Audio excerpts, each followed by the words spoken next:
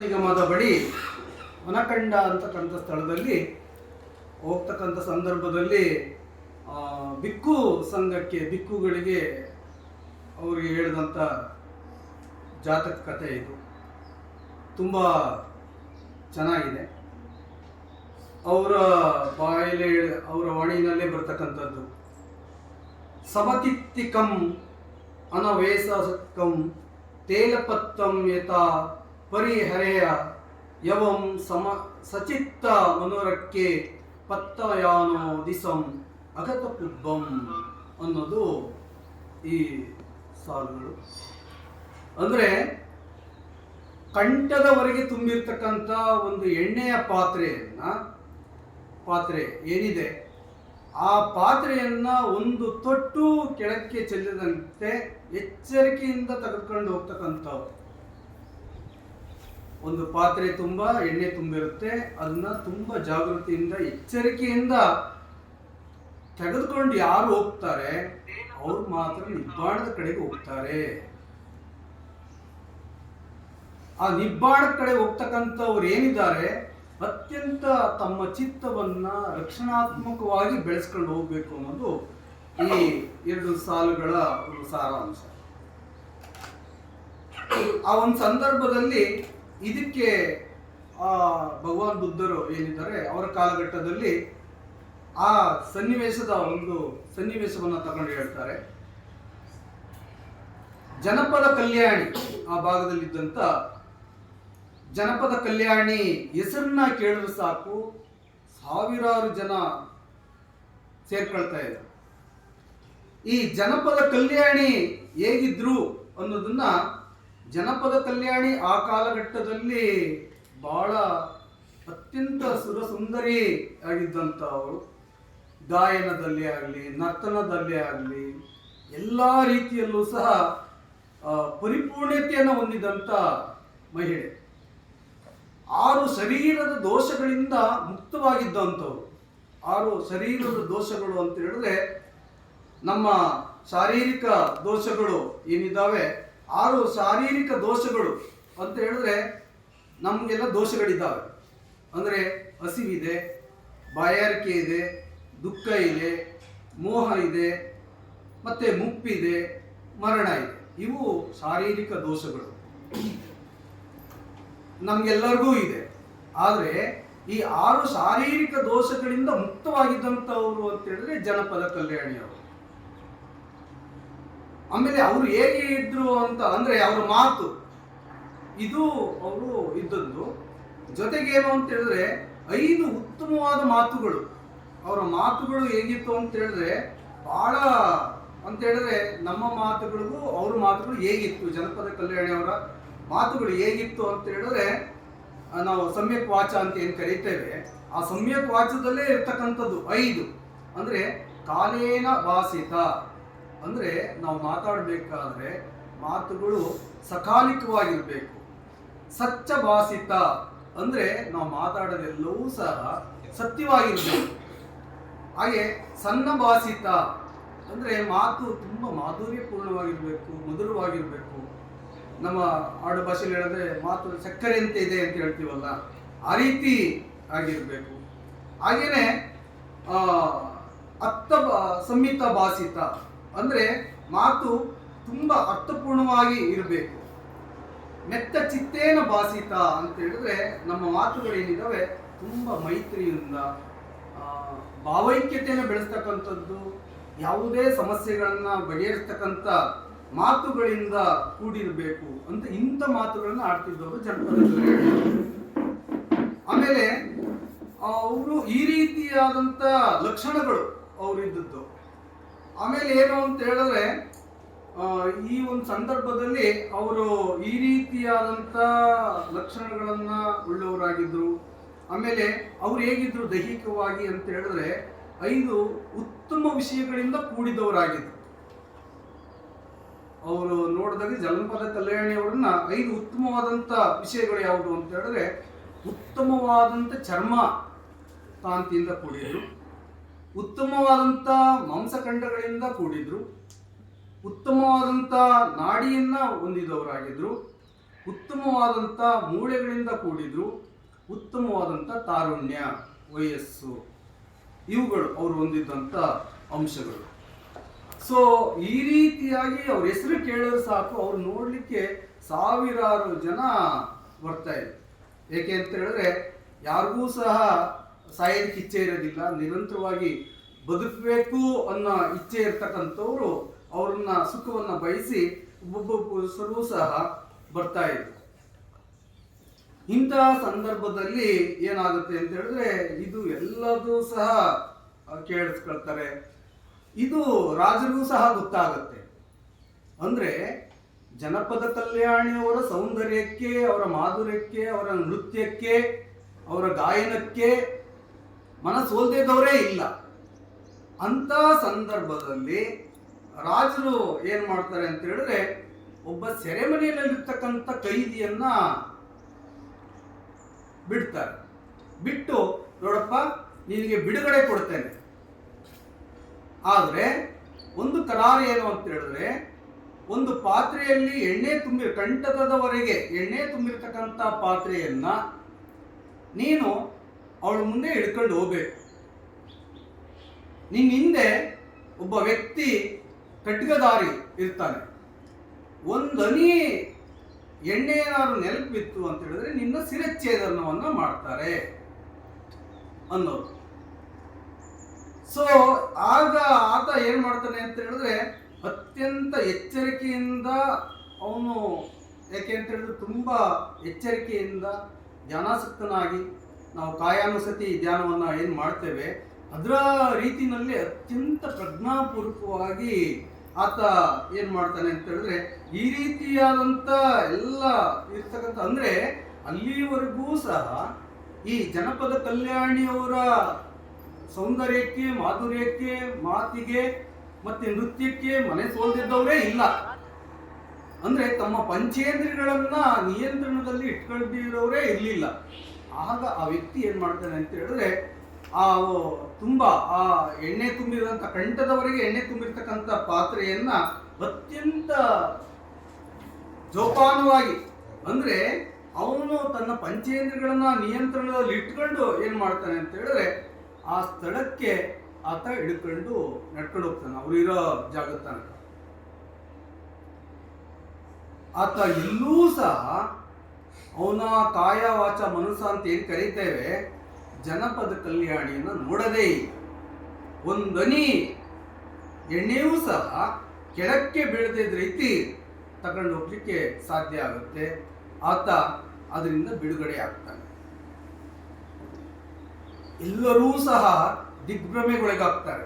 ಅಲ್ಲಿವರೆಗೂ ಸಹ ಯಾವ ವ್ಯಕ್ತಿಯೂ ಸಹ ಅವಳನ್ನ ಸ್ವಲ್ಪ ಕಣ್ಣಿನಿಂದ ನೋಡಿದ್ರೂ ಸಹ ಸೋಲ್ತಾ ಇದ್ದಂತ ವ್ಯಕ್ತಿ, ಸೆರೆಮನೆಯಲ್ಲಿ ಇದ್ದಂತ ಈ ವ್ಯಕ್ತಿ ಏನಿದ್ದಾನೆ, ಈ ವ್ಯಕ್ತಿ ಈ ರೀತಿನಲ್ಲಿ ಸಾಧನೆಯನ್ನ ಮಾಡಿದ್ದಾನೆ. ಈತ ಬಹಳ ವಿಶೇಷ. ಅಂದ್ರೆ ವಿಪಸನ ಧ್ಯಾನ ಅಂತ ಏನ್ ಕರೀತೇವೆ ಅದರಲ್ಲಿ ಸಾಧನೆಯನ್ನ ಮಾಡಿದಂತ ವ್ಯಕ್ತಿ, ಜೊತೆಗೆ ರತನನಾದ ಸಾಧಕ ಈತ ಅಂತ ಹೇಳ್ತಾರೆ. ಆಗ ಭಗವಾನ್ ಬುದ್ಧರು ಈ ಒಂದು ಸನ್ನಿವೇಶವನ್ನ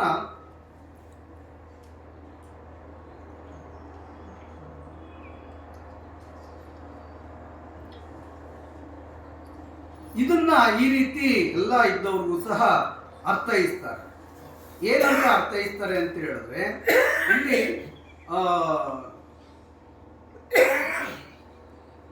ಕಾಯಾನುಸತಿ ಮೂಲಕ ಈತ ಏನು ತೈಲಪಾತ್ರ ತಗೊಂಡೋಗಿ ಏನ್ ದೊಡ್ಡ ಸಾಧನೆಯನ್ನ ಮಾಡಿದಂತ ಸಂದರ್ಭದಲ್ಲಿ ಏನ್ ಹೇಳ್ತಾರೆ ಅಂತ ಹೇಳಿದ್ರೆ ಇಲ್ಲಿ ಒಂದು ಅದನ್ನ ಇಲ್ಲಿಯ ನಿಜ ಜೀವನಕ್ಕೆ ಅರ್ಥೈಸ್ತಾ ಹೋಗ್ತಾರೆ.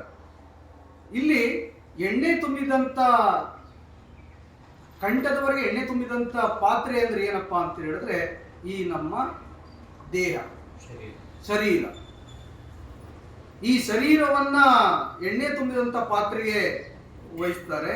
ಹಾಗೇನೆ ಇಲ್ಲಿ ವ್ಯಕ್ತಿ ಏನು ರಾಜ ಏನು ಆಜ್ಞೆ ಮಾಡ್ತಾನೆ, ಈ ರಾಜ ಅಂತಕ್ಕಂಥವ್ರು ಕರ್ಮ ಅಂತ ಆಜ್ಞೆ ಮಾಡ್ತಾರಲ್ಲ, ಆ ಕರ್ಮಕ್ಕೆ ಸಂಬಂಧಪಟ್ಟಂತೆ ಹೇಳ್ತಾ ಹೋಗ್ತಾರೆ. ಹಾಗೇನೆ ಈ ಒಂದು ಕತ್ತಿಯನ್ನ ಹಿಡ್ಕೊಂಡಂತ ವ್ಯಕ್ತಿ ಯಾರಪ್ಪ ಅಂತ ಹೇಳಿದ್ರೆ ನಮ್ಮ ಜೊತೆಗೆ ಇರ್ತಕ್ಕಂಥ ಮಾರ. ಯಾವ ಕ್ಷಣದಲ್ಲಿ ನಮ್ಮ ತಪ್ಪನ್ನ ಮಾಡ್ತೇವೆ ಆತ ನಮ್ಮನ್ನ ಕೊಂದಾಕ್ಲಿಕ್ಕೆ ರೆಡಿ ಇರ್ತಾನೆ. ಸೊ ಈ ರೀತಿ ಇದ್ದಂತ ಸಂದರ್ಭದಲ್ಲಿ ಈ ಮನುಷ್ಯ ಇದನ್ನಲ್ಲ, ಈ ಸೆರೆಮನೆಯಿಂದ ಬಿಡುಗಡೆಯಾದಂಥ ಮನುಷ್ಯ ಸಮಚಿತ್ತವನ್ನ ಕಾಪಾಡಿಕೊಂಡು ಅತ್ಯಂತ ಸಂಯಮದಿಂದ ಅತ್ಯಂತ ಏಕಾಗ್ರತೆಯಿಂದ ತನ್ನನ್ನು ಸಾಧನೆ ಮಾಡ್ಕೊಳ್ತಕ್ಕಂಥವನೇನಿದ್ದಾನೆ ಆತ ಮಾತ್ರ, ಎಚ್ಚರಿಕೆಯಿಂದ ಇದ್ದವನು ಮಾತ್ರ, ಜಾಗೃತಿಯಲ್ಲಿ ಇದ್ದವನು ಮಾತ್ರ ನಿಬ್ಬಾಣದ ಕಡೆಗೆ ಹೋಗ್ಲಿಕ್ಕೆ ಸಾಧ್ಯ ಆಗುತ್ತೆ. ಇಲ್ಲ ಅಂದ್ರೆ ಇಲ್ಲ ಅನ್ನೋದನ್ನ ಈ ಒಂದು ಅಂಶವನ್ನ ಹೇಳ್ತಾರೆ. ಈ ಜನಪದ ಕಲ್ಯಾಣಿ ಅಂದ್ರೆ ಯಾರು ಅಂತ ಹೇಳಿದ್ರೆ, ನಾವು ಏನು ಹೇಳ್ತೇವೆ ರಾಗ ದ್ವೇಷ ಮೋಹ ಅಂತ ಏನು ಕರಿತೇವೆ, ಇವ್ರುಗಡೆ ಈ ಸೌಂದರ್ಯ, ಈ ಪ್ರತಿನಿತ್ಯದಲ್ಲೂ ಸಹ ಈ ರೀತಿ ನಾವು ಅತ್ಯಂತ ಕಠಿಣವಾದಂಥ ಸನ್ನಿವೇಶಗಳನ್ನ ಎದುರಿಸ್ತಾ ಹೋಗ್ತೇವೆ. ಆದರೆ ಭಗವಾನ್ ಬುದ್ಧರು ಹೇಳ್ತಾರೆ, ಅಂದ್ರೆ ಹಿಂದಿನ ಕಥೆನೂ ಸಹ ಜೋಡಿಸ್ತಾ ಹೋಗ್ತಾರೆ. ಆ ಹಿಂದಿನ ಕಥೆ ಏನು ಅಂತ ಹೇಳಿದ್ರೆ,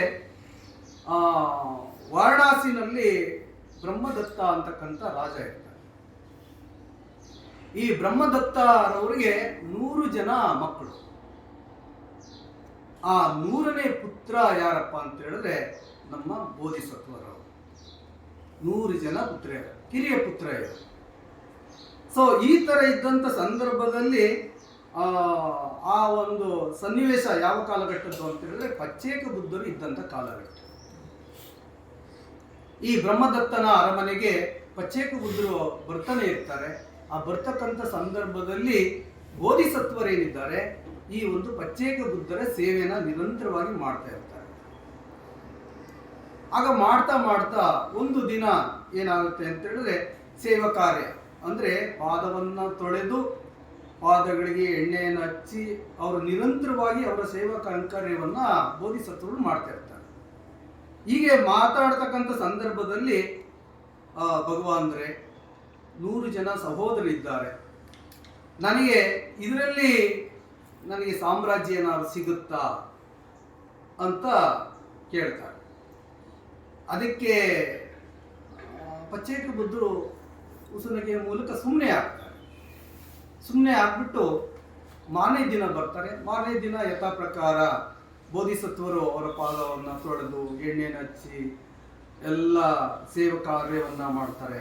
ಭೋಜನವನ್ನು ಮುಗಿಸಿದ ನಂತರದಲ್ಲಿ ಆಗ ಇವ್ರನ್ನ ಕರೆದು, ಕುಮಾರ, ನಿನಗೆ ರಾಜ್ಯಾಧಿಕಾರ ಸಿಕ್ಕಲ್ಲ,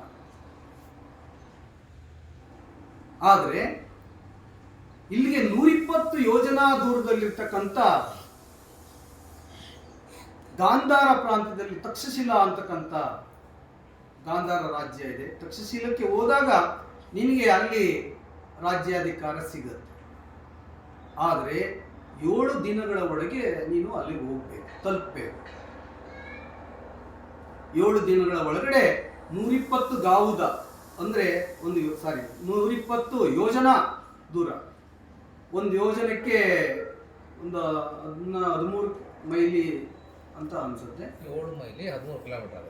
13 ಕಿಲೋಮೀಟರ್ ದೂರ ಏನಿದೆ ಅದರಂತೆ 120 ಯೋಜನಾ ದೂರಕ್ಕೆ ಹೋಗ್ಬೇಕು ಅಂತ ಹೇಳ್ತಾರೆ. ಆದರೆ 7 ದಿನದಲ್ಲಿ ಹೋಗ್ಬೇಕು. ಆದರೆ ಈ 120 ಯೋಜನಾ ದೂರವನ್ನ 2 ಮಾರ್ಗ ಇದೆ. 7 ದಿನದಲ್ಲಿ ನೀನು ಬೇಗ ತಲುಪಬೇಕು ಅಂತ ಹೇಳಿದ್ರೆ ಅಮಾನುಷವಾದಂಥ ಕಾಂತಾರ ಮಾರ್ಗ ಅಂತ ಇದೆ. ಅಮಾನುಷರು ವಾಸ ಮಾಡ್ತಕ್ಕಂಥ ಕಾಂತಾರ ಮಾರ್ಗ ಅಂದ್ರೆ ದಟ್ಟವಾದಂಥ ಅರಣ್ಯ ಮಾರ್ಗ. ಈ ಅರಣ್ಯ ಮಾರ್ಗದಲ್ಲಿ ಹೋಗ್ಬೇಕು ಅಂದ್ರೆ ನೀನು ಬೇಗ ಹೋಗಿ ತಲುಪಬಹುದು. ಅಲ್ಲಿ ಹೋದಾಗ ನಿನಗೆ ಗಾಂಧಾರ ಸಾಮ್ರಾಜ್ಯದ ರಾಜನಾಗ್ತೀಯ ಅಂತ ಹೇಳ್ತಾರೆ. ಆದರೆ ಈ ಒಂದು ಅಮಾನುಷರು ಇರ್ತಕ್ಕಂಥ ಕಾಂತಾರ ಮಾರ್ಗ ಎಷ್ಟು ಕಠಿಣವಾಗಿದೆ ಅಂತ ಹೇಳಿದ್ರೆ ಅಲ್ಲೆಲ್ಲರೂ ಸಹ ಯಕ್ಷಿಣಿಯರೇ ಇರ್ತಕ್ಕಂಥದ್ದು. ಯಕ್ಷಿಣಿಯರು ಅವರು ಆ ಭಾಗದಲ್ಲಿ ಹೋಗ್ತಕ್ಕಂಥ ಯಾವುದೇ ವ್ಯಕ್ತಿಗಳನ್ನು ಸಹ ಬಿಡಲ್ಲ. ಅಂದ್ರೆ ನಮ್ಮನ್ನ ತುಂಬಾ ಆಕರ್ಷಣೆಗೆ ಒಳಪಡ್ತಕ್ಕಂಥದ್ದು. ಅಲ್ಲಿ ಹೋಗ್ತಕ್ಕಂಥವ್ರು ಎಲ್ಲರೂ ಸಹ ಹೇಗೆ ಅಮಾನುಷವಾದಂಥ ಕಾಂತಾರ ಪ್ರದೇಶದಲ್ಲಿ ಯಕ್ಷಿಣಿಯರು ಹೇಗೆ ಮಾಡ್ತಾರೆ ಅಂತ ಹೇಳಿದ್ರೆ ಕೃತಕವಾದಂಥ ಗ್ರಾಮಗಳನ್ನ ಸೃಷ್ಟಿ ಮಾಡ್ತಾರೆ, ಕೃತಕವಾದಂಥ ಮನೆಗಳನ್ನ ಸೃಷ್ಟಿ ಮಾಡ್ತಾರೆ. ವೈಭವ ಪೂರಿತವಾದಂಥ ಮನೆಗಳನ್ನು ನಿರ್ಮಾಣ ಮಾಡ್ತಾರೆ. ಅವರೂ ಸಹ ಅತ್ಯಂತ ಸುರದ್ರೂಪಿಗಳಾಗಿ ಆಕರ್ಷಣೀಯವಾಗಿ ಮಾಧುರ್ಯಪೂರ್ಣವಾಗಿ ಮಾತನಾಡ್ತಕ್ಕಂಥ ಒಂದು ಜಾಣತನ ಇರ್ತಕ್ಕಂಥವ್ರು. ಆದರೆ ಅಲ್ಲಿ ಹೋಗ್ತಕ್ಕಂಥವ್ರನ್ನ ಯಾರನ್ನೂ ಉಳಿಸಲ್ಲ ಅವರ ಆಮಿಷಗಳಿಗೆ. ಅಂತ ಹೇಳಿದ್ರೆ ಅವರ ಸೌಂದರ್ಯವನ್ನು ನೋಡಿ ಯಾರು ಸೋಲ್ತಾರೆ ಅವರು ನಾಶವಾಗ್ತಾರೆ, ಅವರ ಗಾಯನಕ್ಕೆ ಮನಸೋತವರು ನಾಶವಾಗ್ತಾರೆ, ಅವರ ಸುಗಂಧ ದ್ರವ್ಯಗಳು ವಾಸನೆಗೆ ಮಾರುವುದವರು ನಾಶವಾಗ್ತಾರೆ, ಮತ್ತೆ ರಸಪೂರ್ಣವಾದಂಥ ಆಹಾರವನ್ನು ತಯಾರು ಮಾಡಿ ಅದರ ಮೂಲಕ ನಾಶಪಡಿಸ್ತಾರೆ, ಮತ್ತೆ ಅವರ ಆಕರ್ಷಕವಾದಂಥ ಸ್ಪರ್ಶಗಳ ಮೂಲಕ ನಾಶಪಡಿಸ್ತಾರೆ. ಈ ರೀತಿ ಅಂದರೆ ನಮ್ಮ ಪಂಚೇಂದ್ರಿಯಗಳಿದ್ದೇವೆ, ನಮ್ಮ ನೋಟ, ರೂಪಕ್ಕೆ ಮತ್ತೆ ಅವರ ಗಾನ ಮಾಧುರ್ಯಕ್ಕೆ ಅಂದರೆ ಕಿವಿ, ರೂಪ ಅಂದರೆ ಕಣ್ಣು, ಹಾಗೆಯೇ ವಾಸನೆಗೆ ಅಂದರೆ ಮೂಗು, ರಸ ಅಂದರೆ ಈ ಒಂದು ಬಾಯಿ ನಾಲಿಗೆ, ಮತ್ತೆ ಸ್ಪರ್ಶ. ಇದರಿಂದ ಅಲ್ಲಿ ಹೋದವ್ರು ಯಾರು ಉಳಿಯಲ್ಲಪ್ಪ. ಆದರೆ ಈ ಪಂಚೇಂದ್ರಿಯಗಳನ್ನು ನಿಯಂತ್ರಣವನ್ನ ಮಾಡಿಕೊಂಡು ಸಂಯಮದಿಂದ ನೀನು ಗಾಂಧಾರ ದೇಶವನ್ನ ತಲುಪಿದ್ರೆ ನೀನು ರಾಜನಾಗಬಹುದು ಅಂತ ಹೇಳ್ತಾರೆ. ಆಗ ಬೋಧಿಸತ್ವರು ಅಂತೆ ಆಗಲಿ, ನಾನು ಆ ಜಾಗವನ್ನು ತಲುಪ್ತೇನೆ, ನನಗೆ ಪರಿತ್ರಾಣ ಇದನ್ನ ಹೇಳ್ಕೊಡಿ ಅಂತೇಳಿ ಅವ್ರಿಗೆ ನಮಸ್ಕಾರ ಮಾಡಿ ಅದರಿಂದ ಪರಿತ್ರಾಣವನ್ನು ಕಲ್ತ್ಕೊಂಡು ಅವರು ಮನೆಗೆ ಬರ್ತಾರೆ. ತಂದೆ ತಾಯಿಗೆ ನಮಸ್ಕಾರವನ್ನು ಮಾಡ್ತಾರೆ, ಎಲ್ಲ ಹಿರಿಯರಿಗೆ ನಮಸ್ಕಾರವನ್ನು ಮಾಡ್ತಾರೆ. ಹಾಗೆ ಮಾಡಿಕೊಂಡು ತನ್ನ ಎಲ್ಲ ಸಹೋದರರಿಗೆ ಹೇಳ್ತಾರೆ. ಹೇಳ್ಬಿಟ್ಟು ತನ್ನ ಆತ್ಮೀಯ ಸ್ನೇಹಿತರಿಗೂ ಸಹ ಹೇಳ್ತಾರೆ. ಅದರಲ್ಲಿ 5 ಜನ ಸ್ನೇಹಿತರು, ಗೆಳೆಯ ನಾವು ಬರ್ತೇವೆ ನಿನ್ನ ಜೊತೆಗೆ. ಇಲ್ಲಪ್ಪ, ನೀ ತುಂಬ ಅಮಾನುಷವಾದಂಥ ಕಾಂತಾರದಲ್ಲಿ ಹೋಗ್ಬೇಕಾಗಿದೆ, ತುಂಬ ಸಂಯಮವನ್ನು ಪಾಲನೆ ಮಾಡ್ಕೋಬೇಕಾಗಿದೆ, ನೀವು ಅದರಲ್ಲಿ ಯಶಸ್ಸಾಗ್ಲಿಕ್ಕಾಗಲ್ಲ, ಯಕ್ಷಿಣಿಯರು ತಿಂದ್ಬಿಡ್ತಾರೆ, ಬೇಡ ಅಂತೇಳಿ. ಇಲ್ಲ ಇಲ್ಲ, ನಾವು ನಿನ್ನಂತೆ ನಾವು ಪಾಲನೆ ಮಾಡ್ತೇವೆ, ಸಂಯಮವನ್ನು ಕಾಪಾಡ್ಕೊಳ್ತೇವೆ ಅಂತ ಹೇಳ್ಕೊಂಡದ್ದೇ ಸರಿ ಇವರು ಸದಾ ಎಚ್ಚರವಾಗಿರ್ತೇವೆ ಅಂತೆಲ್ಲ ಹೇಳ್ಕೊಂಡು ಹೊರಡುತ್ತಾರೆ. ಆದರೆ ಹೊರಡ್ತಕ್ಕಂಥ ಸಂದರ್ಭದಲ್ಲಿ ಸರಿ ಆರಂಭ ಆಯಿತು, ಎಲ್ಲ ಇದು ಮಾಡಿದ್ರು. ಯಥಾ ಪ್ರಕಾರ ಅಮಾನುಷ ಕಾಂತಾರದಲ್ಲಿ ಯಕ್ಷಿಣಿಯರು ಕಾಯ್ಕೊಂಡಿದ್ರಲ್ವಾ, ಕಾಯ್ಕೊಂಡಿದ್ದಾಗ ಏನು ಸೌಂದರ್ಯ ಭರಿತವಾದಂಥ ಗ್ರಾಮವನ್ನು ಸೃಷ್ಟಿ ಮಾಡಿದ್ರು. ಸುಂದರವಾದ ಮನೆ, ರೇಷ್ಮೆ ಬಟ್ಟೆಗಳು, ತಳಿರು, ತೋರಣಗಳು ಎಲ್ಲವೂ ತುಂಬ ಆಕರ್ಷಣೆಗೆ ಒಳಪಡ್ತು. 5 ಜನ ಹೋಗ್ತಾ ಇದ್ರಲ್ವಾ, ಅದರಲ್ಲಿ ಒಬ್ಬ ಇವರ ಆಕರ್ಷಣೆಗೆ ಒಳಗಾಗಿ, ಇವರ ರೂಪಕ್ಕೆ ಒಳಗಾಗಿ ಹೇಳ್ತಾನೆ. ಅವನ ಮನಸ್ಸಿನಲ್ಲಿ ಅದರ ಆಕರ್ಷಣೆ ಉಂಟಾಯ್ತಲ್ವಾ, ಗೆಳೆಯ ನನ್ನ ಕೈನಲ್ಲಿ ಆಗ್ತಾ ಇಲ್ಲ, ದೇವ ನನ್ನ ಕೈನಲ್ಲಿ ಆಗ್ತಾ ಇಲ್ಲ, ನಾನು ಸ್ವಲ್ಪ ವಿಶ್ರಾಂತಿ ಪಡ್ಕೊಂಡು ಆಮೇಲೆ ಬರ್ತೇನೆ. ಇಲ್ಲಪ್ಪ, ಇವ್ರು ಯಕ್ಷಣಿಯರು ನಿಮ್ಗೆ ತಿನ್ಕೊಳ್ತಾರೆ, ಇರಲಿ ಅದೇನಾದರೂ ಆಗಲಿ ನಾನು ಬರ್ತೇನೆ ಅಂತ ಹೇಳ್ತಾನೆ. ಸರಿ, ಬೋಧಿಸತ್ವರಿಗೆ ಗೊತ್ತು, ಓ ಇವನು ಮಾನಸಿಕವಾಗಿ ದುರ್ಬಲನಾಗಿದ್ದಾನೆ ಅಂತ.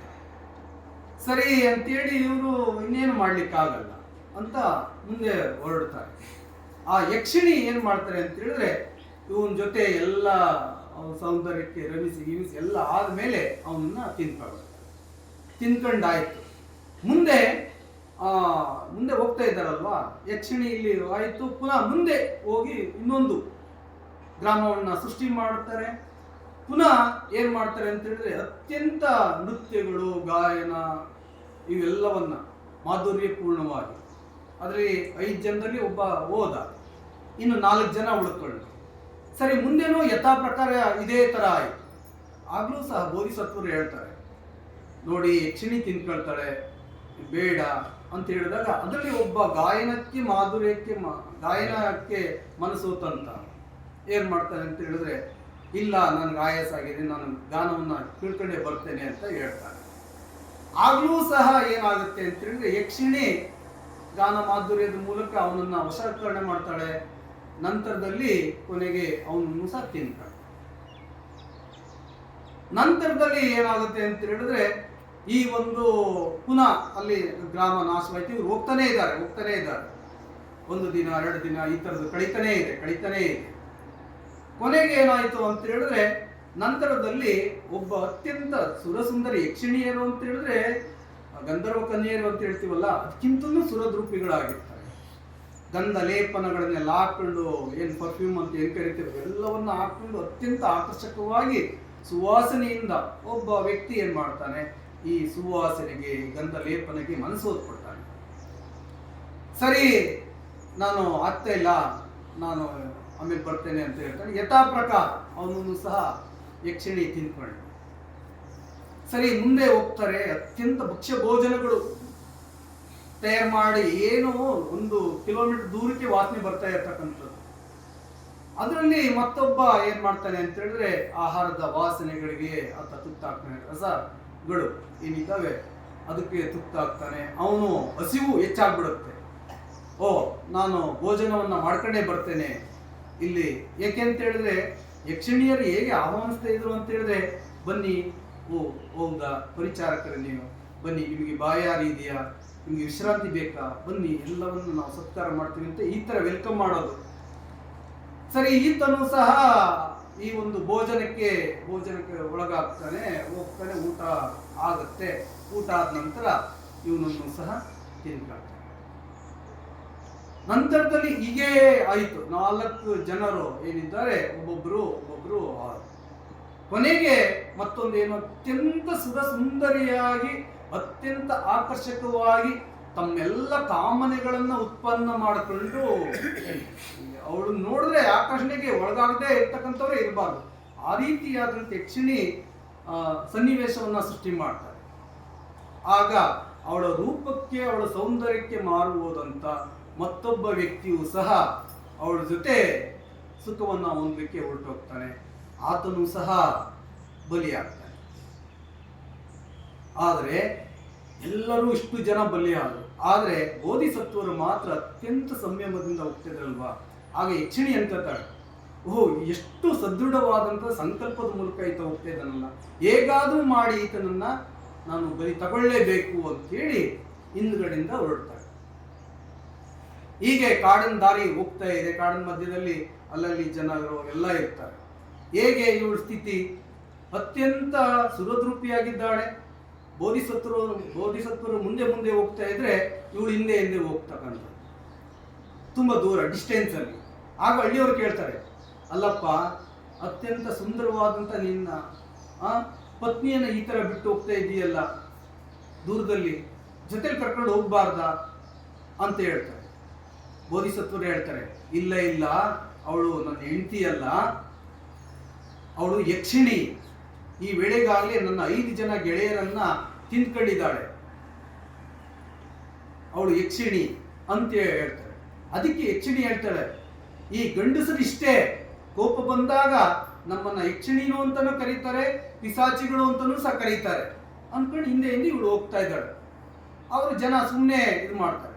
ಆಮೇಲೆ ಒಂದು ಸ್ವಲ್ಪ ದೂರ ಹೋದ ನಂತರದಲ್ಲಿ ತುಂಬು ಗರ್ಭಿಣಿ ತರ ಆಗ್ತಾಳೆ. ಅಲ್ಲಪ್ಪ, ತುಂಬು ಗರ್ಭಿಣಿಯನ್ನ ಈ ತರ ನಡೆಸ್ಕೊಂಡು ಹೋಗ್ತಾ ಇದೆಯಲ್ಲ, ಜೊತೆಲಿ ಕರ್ಕೊಂಡು ಹೋಗ್ಬಾರ್ದ? ಆಗ್ಲೂ ಬೋಧಿಸತ್ವರು ಹೇಳ್ತಾರೆ, ಅವಳು ಗರ್ಭಿಣಿಯಲ್ಲ, ಯಕ್ಷಿಣಿ. ಈ ವೇಳೆಗಾಗಲೇ ನನ್ನ 5 ಜನ ಗೆಳೆಯರನ್ನ ತಿಂದ್ಕೊಂಡಿದ್ದಾಳೆ ಅಂತ ಹೇಳಿದ್ರು ಸಹ ನಂಬಲ್ಲ. ಇವರು ಸುಖವನ್ನ ಬಯಸೋ ತನಕ ಈ ಪುರುಷರೆಲ್ಲರೂ ಹೀಗೇನೆ. ಆದ್ರೆ ಸುಖವೆಲ್ಲ ಪಡೆದ ನಂತರದಲ್ಲಿ ನಮ್ಮನ್ನ ಈ ತರ ಯಕ್ಷಿಣಿಯು ಅಂತ ಹೇಳ್ತಾರೆ, ಪಿಸಾಚಿಗಳು ಅಂತ ಸಹ ಹೇಳ್ತಾರೆ ಅಂತ ಯಥಾ ಪ್ರಕಾರ ಹಳ್ಳಿ ಜನಗಳಿಗೆ ಹೇಳ್ಕೊಂಡು ಹೋಗ್ತಾನೆ ಇದ್ದಾಳೆ. ಆಮೇಲೆ ಇನ್ನೊಂದು ಸ್ವಲ್ಪ ದೂರ ಹೋದ್ಮೇಲೆ ಮಗು ಇಟ್ಕೊಳ್ತಾರೆ. ಮಗುನ ಕರ್ಕೊಂಡದ್ದು ಸರಿ, ಎಳೆ ಮಗು, ಅದು ಅರ್ಚಾಟ ಮಾಡೋ ಥರದಲ್ಲಿ. ಆಗ್ಲೂ ಹೇಳ್ತಾರೆ, ಅಲ್ಲಪ್ಪ, ಎಳೆ ಮಗು ಇರ್ತಕ್ಕಂಥ ಬಾಣತಿನ ಈ ತರ ದೂರದಲ್ಲಿ ಬಿಟ್ಕೊಂಡು ಹೋಗ್ತಾ ಇದೆಯಲ್ಲ ಅಂತ ಹೇಳಿದಾಗ ಯಥಾ ಪ್ರಕಾರ ಬೋಧಿಸತ್ವರು, ಇಲ್ಲ, ಅವಳು ಯಕ್ಷಿಣಿ. ಈ ವೇಳೆಗಾಗಲೇ ನನ್ನ 5 ಜನ ಸ್ನೇಹಿತರನ್ನ ತಿನ್ಕೊಂಡಿದ್ದಾಳೆ, ಈ ರೀತಿಯಾಗಿ ಮೋಸ ಮಾಡಲಿಕ್ಕೆ ಅವಳು ಇದು ಮಾಡ್ತಿರೋದು ಅಂದಾಗ ಇವರು ಅಂದ್ರೆ ಯಥಾ ಪ್ರಕಾರ ಯಕ್ಷಿಣಿ ಜನಗಳಿಗೆ ಏನು ಹೇಳ್ಬೇಕು ಅದನ್ನು ಹೇಳ್ಕೊಂಡು ಹೀಗೆ ಹೋಗ್ತಾ 6ನೇ ದಿನ ಏನಾಯ್ತು ಅಂತ ಹೇಳಿದ್ರೆ ತಕ್ಷಶಿಲವನ್ನ ತಲುಪೋದು, ಗಡಿ ಪ್ರದೇಶವನ್ನ ತಲುಪೋದು. ತಲುಪಿದ ನಂತರದಲ್ಲಿ ಇವರು ತುಂಬಾ ದೃಢ ಸಂಕಲ್ಪ ಇದೆ, ಈ ವ್ಯಕ್ತಿಯನ್ನ ನಾನು ಸೋಲ್ಸಕ್ ಆಗ್ತಾ ಇಲ್ವಲ್ಲ ಅಂತ ಹೇಳಿದ್ದು ಗಡಿ ಪ್ರದೇಶವನ್ನ ತಲುಪಿದ ತಕ್ಷಣ ಬೋಧಿಸತ್ವರು ಅಲ್ಲಿ ಧರ್ಮಶಾಲೆ ಅಂತ ಇರ್ತಾರೆ.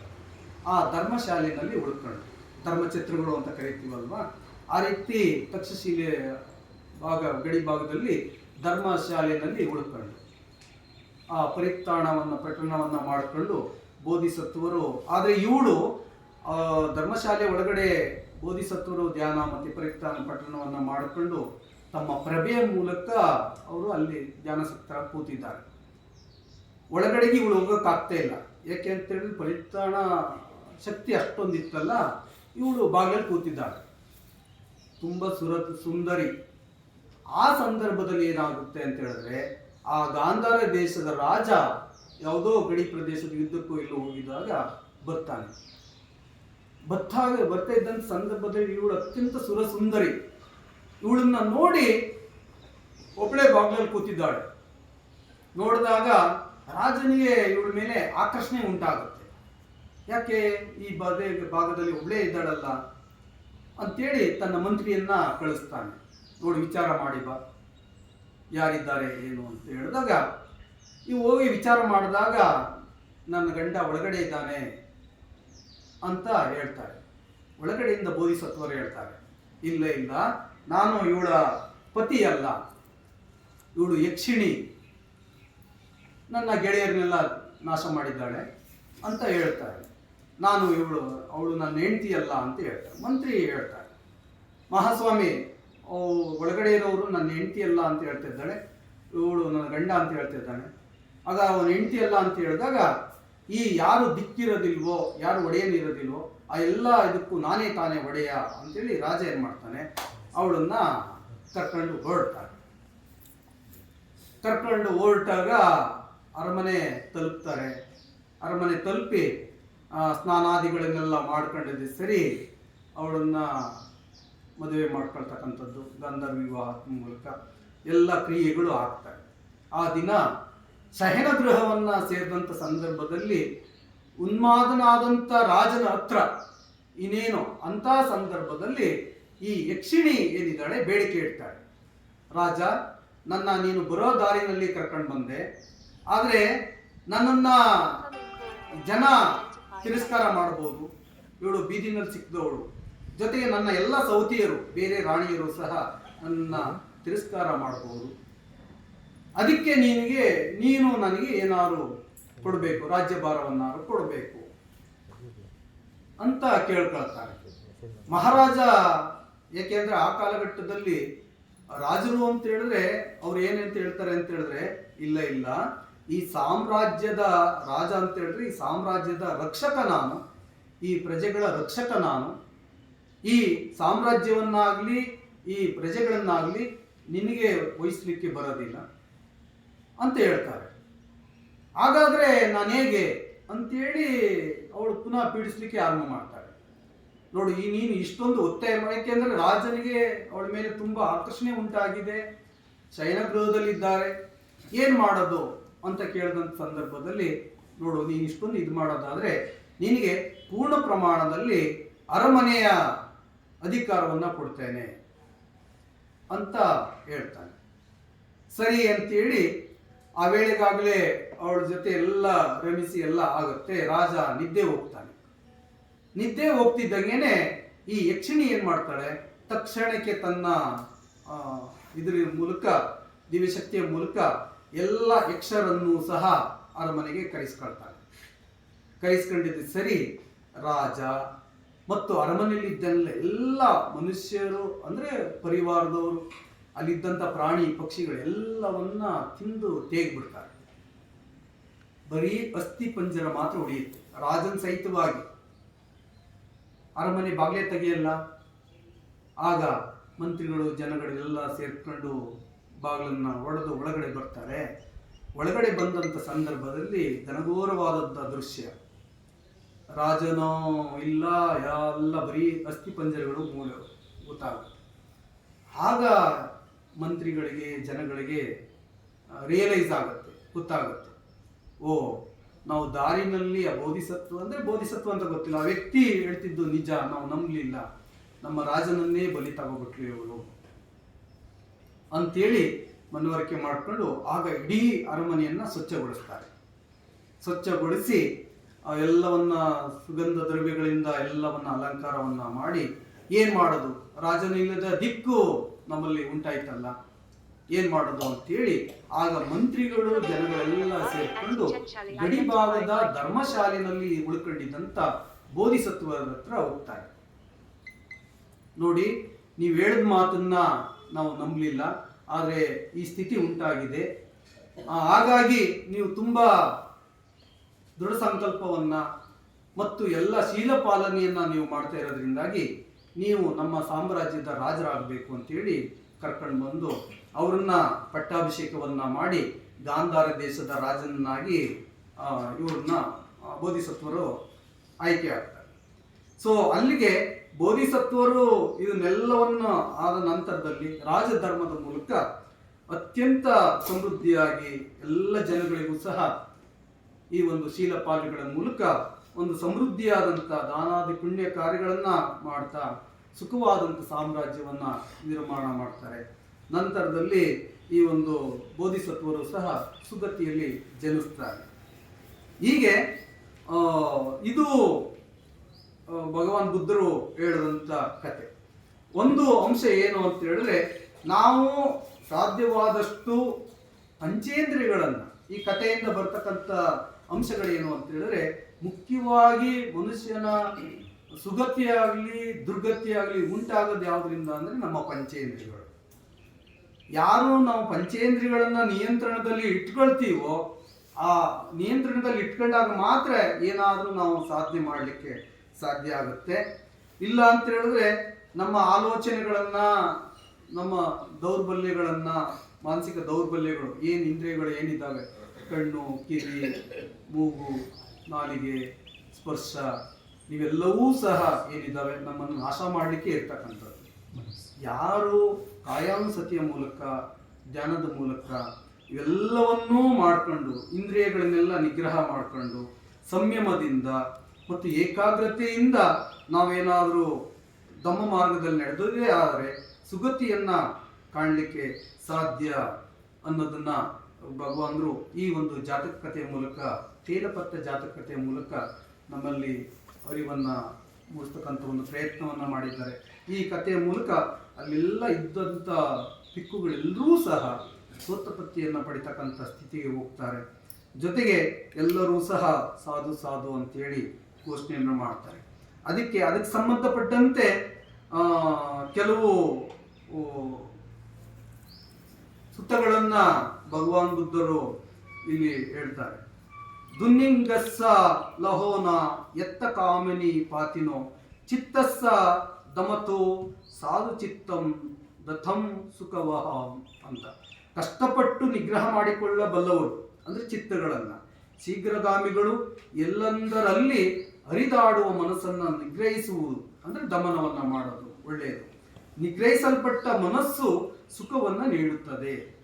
ನಾವು ಇದು ನೋಡಿ, ಈಗ ಉದಾಹರಣೆಗೆ ನಮ್ಮ ಸಾಮಾನ್ಯ ಜನ ನಾವೆಲ್ಲ ಏನಿದ್ದೇವೆ, ಯಾವುದೇ ಆಕರ್ಷಣೆಗೆ ಒಳಗಾಗ್ದೇನೆ ಸಂಯಮವನ್ನ ಕಾಪಾಡ್ತಕ್ಕಂಥದ್ದು. ರುಚಿಕರವಾದಂಥ ಊಟ ಸಿಕ್ಕುತ್ತೆ ಅಂತೇಳಿ ಅತಿಯಾದಂಥ ಭೋಜನವನ್ನ ಮಾಡಿದಾಗ ಏನು ಅನಾಹುತ. ಇಲ್ಲಿ ನಾವು ಸೌಂದರ್ಯ, ರೂಪ, ಲಾವಣ್ಯ ಅಥವಾ ರಸ, ಈ ಥರದ್ದೆಲ್ಲ ಗಾನ, ಇವೆಲ್ಲವೂ ಸಹ ನಮ್ಮ ಪಂಚೇಂದ್ರಿಯಗಳು ನಮ್ಮನ್ನು ಸೋಲಿಸ್ತಕ್ಕಂಥ ರೀತಿಗಳು. ಅತಿಯಾದಂಥ ಆಹಾರ ಸೇವನೆ ಮಾಡಿದಾಗ ಏನಾಗುತ್ತೆ, ಅಥವಾ ನಮ್ಗೆ ಅನವಶ್ಯಕವಾದಂಥ ಗಾನವನ್ನ ಕೇಳೋದ್ರಿಂದ ಏನಾಗುತ್ತೆ, ಅಥವಾ ರೂಪ ಸೌಂದರ್ಯಕ್ಕೆ ನಾವು ಆಕರ್ಷಣೆಗೊಳಪಟ್ಟಾಗ ಏನಾಗುತ್ತೆ ಅಂದ್ರೆ ಈ ಪಂಚೇಂದ್ರಿಯಗಳು ಓದ ಕಡೆನೇ ಬಿಟ್ರೆ ನಾವು ಏನೆಲ್ಲ ನಾಶವಾಗ್ತೇವೆ ಅನ್ನೋದ್ರ ಬಗ್ಗೆ ಹೇಳ್ತಾ ಹೋಗ್ತಾರೆ. ಅದರಲ್ಲಿ ಇದೊಂದು ಬಹಳ ಚೆನ್ನಾಗಿದೆ. ಪಂದನಂ ಚಪಲಂ ಚಿತ್ತಂ ದುರಕ್ಕಂ ದುನ್ನಿವಾರಯಂ ಉಜಂ ಕರೋತಿ ಮೇಧಾವಿ ಉಸಕಾರು ವತೇಜನಂ. ಪಂದನಂ ಚಪಲಂ ಚಿತ್ತಂ, ಚಿತ್ತ ಚಂಚಲವಾಗಿದೆ, ಚಪಲತೆಯಿಂದ ಕೂಡಿದೆ. ನಮ್ಮ ಚಿತ್ತಗಳು ಚಪಲತೆಯಿಂದ ಕೂಡಿದ್ರೆ, ದುರರಕ್ಕಂ ದುನ್ನಿವಾರಯಂ ಅಂದ್ರೆ ದುರ ರಕ್ಷಕವಾಗಿದೆ ಅಂದ್ರೆ ಅನಿವಾರ್ಯವಾದಂತ ದುರ್ಗುಣಗಳು ಏನಿದಾವೆ ಅವುಗಳು. ಆಮೇಲೆ ಮೇಧಾವಿ ಉಸತಾರೋ ವತೇಜನಂ ಅಂತೇಳಿ ಮೇಧಾವಿ ಪುರುಷ ಮಾತ್ರ ಬಾಣವನ್ನ ತಯಾರಿ ಮಾಡಿ ಆ ಬಾಣ ನೇರವಾಗಿ ಇಟ್ಟುಕೊಂಡು ಅಂದ್ರೆ ಗುರಿಯನ್ನು ತಲುಪಲಿಕ್ಕೆ ಸಾಧ್ಯ ಆಗುತ್ತೆ. ಈ ರೀತಿ ನೇರ ಚಿತ್ತ ಮಾಡುತ್ತಾ ತನ್ನ ಚಿತ್ತವನ್ನು ರಕ್ಷಿಸಿಕೊಳ್ಳಲಿ ಈ ಕಾಯಾನುಸಕ್ತಿಯನ್ನು ಆರಂಭಿಸಿ ಎಲ್ಲೆಡೆಯಿಂದ ಪ್ರಪಂಚದಲ್ಲಿ ಅಗತಪೂರ್ವ ದಿಶೆಯ ಪ್ರಾರ್ಥನೆ ಮಾಡುತ್ತಾ ಅದನ್ನು ಬಯಸುತ್ತಾ ತನ್ನ ಚಿತ್ತ ರಕ್ಷಣೆ ಮಾಡಲಿ. ಆದರೆ ಈ ಅಗತಪೂರ್ವ ದಿಶೆಯಾದರೂ ಎಂಥದ್ದು ಅಂತೇಳಿ ಭಗವಾನರು ಆಶೀರ್ವಾದವನ್ನು ಮಾಡ್ತಕ್ಕಂಥ ಒಂದು ಹೇಳ್ತಾರೆ. ಮಾತಾಪಿತಾ ದಿಸ ಪುಬ್ಬ ಆಚರೆಯ ದಿಕ್ಕೇನ ದಿಸ ಪುತ್ತದಾರ ದಿಸ ಪಚ್ಚಮಿತ್ತ ಮಚ್ಚತ ಮಚ್ಚ ಚಾ ಉತ್ತರ ದಾಸ ಕಮ್ಮಾರ ಎಟ್ಟ ಉದ್ದಂ ಸಮಣ ಬ್ರಾಹ್ಮಣ ಎತ್ತ ದಿಸ ನಮಸೇಯ ಅಲ ಮತ್ತು ಕುಲೇಗಿ ಅನ್ನೋದು ಒಂದು ಬಹಳ ಇದು ಅಂದ್ರೆ ಇಲ್ಲಿ ಯಾರಿಗೆ ನಾವು ದಿಕ್ಕು ಅಂತ ಹೇಳಿದ್ರೆ ದಾರಿ ಅಂತ. ಇದರಲ್ಲಿ ತಂದೆ ತಾಯಿಗಳು ಪೂರ್ವ ದಿಕ್ಕು, ಹಾಗೇನೆ ಆಚಾರ್ಯರು ದಕ್ಷಿಣ ದಿಕ್ಕು, ಮಗ ಹೆಂಡತಿ ಪಶ್ಚಿಮ ದಿಕ್ಕು, ಮಿತ್ರ ಮತ್ತು ಅಮಾತ್ಯರು ಉತ್ತರ ದಿಕ್ಕು, ದಾಸ ಸೇವಕ ಕೆಳ ದಿಕ್ಕು, ಸಮಣ ಬ್ರಾಹ್ಮಣ ಮೇಲಿನ ದಿಕ್ಕು ಅಂದ್ರೆ ಈ ರೀತಿ ಹೇಳ್ತಾರೆ. ಇದರಲ್ಲಿ ಅಂದ್ರೆ ನಾವು ದಿಕ್ಕುಗಳಿಗೆ ನಮಸ್ಕಾರವನ್ನ ಮಾಡ್ತಕ್ಕಂಥದ್ದು ಅಂತ ಹೇಳಿದ್ರೆ ಪೂರ್ವ ದಿಕ್ಕಿಗೆ ನಮಸ್ಕಾರ ಮಾಡ್ತಕ್ಕಂಥದ್ದು ತಂದೆ ತಾಯಿಗಳಿಗೆ. ಅಂದ್ರೆ ದಿಕ್ಕು ಅಂದ್ರೆ ಪೂರ್ವ ದಿಕ್ಕು ಅಂದ್ರೆ ತಂದೆ ತಾಯಿಗಳು ನಮಗೆ ದಿಕ್ಕು, ನಮಗೆ ದಾರಿ. ಹಾಗೇನೆ ಆಚಾರ್ಯರು ದಿಕ್ಕು ಅಂದ್ರೆ ಅವರು ನಮಗೆ ಜೀವನದ ದಾರಿ. ಮಗ ಹೆಂಡತಿ ನಮಗೆ ದಿಕ್ಕು, ಅವರೇ ಆಧಾರ ದಾರಿ. ಮಿತ್ರ ಅಮಾತ್ಯರು ಇವರೆಲ್ಲರೂ ಸಹ ಉತ್ತರ ದಿಕ್ಕು. ಹಾಗೆ ದಾಸ ಸೇವಕ ಕೆಳ ದಿಕ್ಕು, ಬ್ರಾಹ್ಮಣ ಮೇಲ್ ದಿಕ್ಕು. ಅಂದ್ರೆ ಎಲ್ಲ ದಿಕ್ಕುಗಳೂ ಸಹ ನಮ್ಮನ್ನ ನಿಬ್ಬಾಣದ ಕಡೆಗೆ ತಕೊಂಡು ಹೋಗ್ತಕ್ಕಂಥವು. ಅವುಗಳಿಗೆ ನಾವು ನಮನವನ್ನ ಸಲ್ಲಿಸಬೇಕು. ಇದಲ್ಲದೇನೆ 4 ದಿಕ್ಕುಗಳು, 4 ಅನುದಿಕ್ಕುಗಳು, ಮತ್ತೆ ಮೇಲೆ ಕೆಳಗಡೆ ದಶ ದಿಕ್ಕುಗಳಿಗೂ ಸಹ ನಮನವನ್ನ ಸಲ್ಲಿಸೋದ್ರಿಂದಾಗಿ ನಾವು ನಿಬ್ಬಾಣದ ಕಡೆಗೆ ಹೋಗ್ತೇವೆ, ಎಲ್ಲ ಸುಖ ಸಂಪತ್ತನ್ನ ಪಡಿತೇವೆ ಅನ್ನೋದು ಭಗವಾನ್ ಬುದ್ಧರು ಹೇಳ್ತಾ. ನಿಬ್ಬಾಣವನ್ನು ದಿಕ್ಕು ಎಂದು ಕರೆಯಲಾಗಿದೆ. ಅದು ಕ್ಷಯ ಹಾಗೂ ವಿರಾಗದಲ್ಲಿ ಕಂಡು ಬರುವುದರಿಂದ ದಿಕ್ಕು ಎಂದು ಹೇಳಲಾಗಿದೆ. ಈ ಅನಂತ ಪ್ರಪಂಚದಲ್ಲಿ ಯಾವ ಮೂರ್ಖನು ಸ್ವಪ್ನದಲ್ಲಿಯೂ ಎಂದು ಅತ್ತ ಹೋಗದಿಲ್ಲದಿರುವಾಗ ಅಗತಪೂರ್ವ ದಿಶೆ ಎಂದು ಹೇಳಿದೆ. ಅಂದ್ರೆ ಕಾಯಾನುಸಕ್ತಿಯ ಅಭ್ಯಾಸವನ್ನ ಮಾಡೋದ್ರ ಮೂಲಕ ನೀವೆಲ್ಲರೂ ಸಹ ಸುಖ ಶಾಂತಿಯನ್ನ ಪಡೆಯಬಹುದು ಅನ್ನೋದನ್ನ ಭಗವಾನ್ ಬುದ್ಧರು ಈ ಒಂದು ಜಾತಕ ಕಥೆಯಲ್ಲಿ ತುಂಬಾ ವಿವರಾತ್ಮಕವಾಗಿ ಹೇಳಿರೋದನ್ನು ನಾವು ಕಾಣ್ಬೋದು. ಈ ತೇಲಪತ್ರ ಜಾತಕ ಒಂದು ಅಮೋಘವಾದಂಥ ಜಾತಕ. ಹಿಂದೆ ಇಲ್ಲಿ ನಮ್ಮ ಬೆಸ್ಟ್ ಸಂಸ್ಥೆನಲ್ಲೂ ಸಹ ಬಂತೇಜಿಯವರು ಈ ಒಂದು ಜಾತಕವನ್ನು ಹೇಳಿದ್ರು. ನಾನು ಸಹ ಅದನ್ನು ಯಾಕೆ ಅಂತ ಹೇಳಿದ್ರೆ ಭಗವಾನ್ ಬುದ್ಧರ ದಿವ್ಯವಾಣಿಯಿಂದ ಬಂದಿರತಕ್ಕಂಥದ್ದನ್ನ ಹೇಳ್ತೇವೆ.